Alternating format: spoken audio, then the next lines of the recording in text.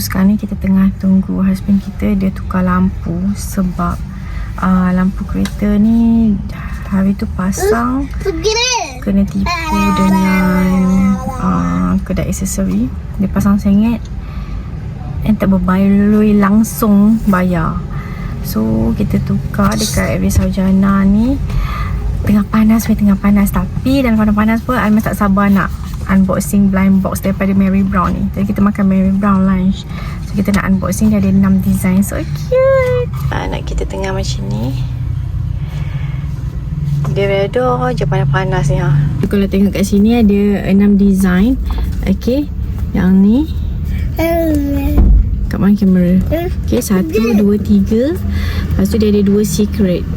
So Almas rasa dalam ni Almas nak pilih sebab kita suka hadiah. So kita akan pilih halo. Kita akan pilih this one. Okay. Nampak? Cik Anila buka. Okay, kita bagi dia buka lah. Buka ni. Okay, kita akan buka blind box ni. Bismillahirrahmanirrahim. Okay, Almas pilih yang ada hadiah. Cik Anila, kita buka. Tengok dalam ni ada apa. Comel macam ni je. Okay, kita try buka. Bismillah. Burger. Burger yang mana? Oh, burger yang ni ha. Secret ni burger. Wow, dapat secret. Comel lah. So cute. See? Yeay. Lega dapat aircon balik. Oh my god. Kuat. So dia makan pula. So kita dah dapat collect satu yang secret ni. Rezeki dapat yang secret. Dia pegang burger. Wah, comel doa. Mary Brown punya blind box. Kita tak makan sangat Mary Brown. Hari ni rezeki pula. Sebab anak-anak nak kena pergi sekolah, ada urusan kat sekolah anak-anak. So husband pun ambil cuti. So kita pergilah lunch dekat Mary Brown. Dapatlah yang ni. Ini under kids meal. Okay, kalau nak dapatkan yang blind box ni, dia under kids meal. Macam tu dia ada 6 design. Okay, ada design maybe say hello to welcome to Mary Brown. Lepas tu ni artis.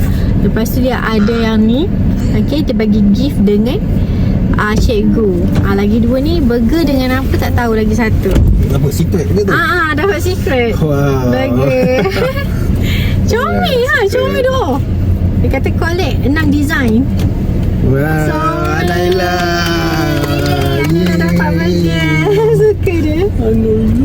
Okay, so sekarang kita nak pergi sekolah anak kita. Sebelum pergi sekolah kan, kita ada satu mission, iaitu tindik telinga. Dia dah tua-tua ni baru nak tindik telinga. Korang sabar je lah, laki aku melayan aku. So kita nak tindik telinga dulu. Ambil nama sayang. Nak tindik telinga tak dapat. Kedai apa? Kedai tu tak buat. So kita pergi sekolah dulu. Nanti baru kita pergi Tindik telinga. Yeay. Makan.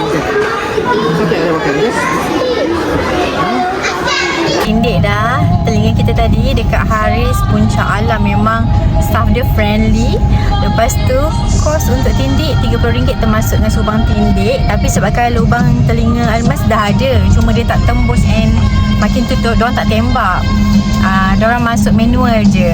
Spray-spray nak bagi kebas. Lepas tu dia masukkan dia subang tindik yang baru dekat dalam telinga Almas. So diorang charge RM5 je korang. So memang best lah kat sini. Staff friendly. Lepas tu servis dia pun okey. So dah mission untuk tindik telinga dah tercapai. So kita nak pergi servis better pula sebab kita nak balik kampung dah esok. Okay, itu je. Bye. Assalamualaikum.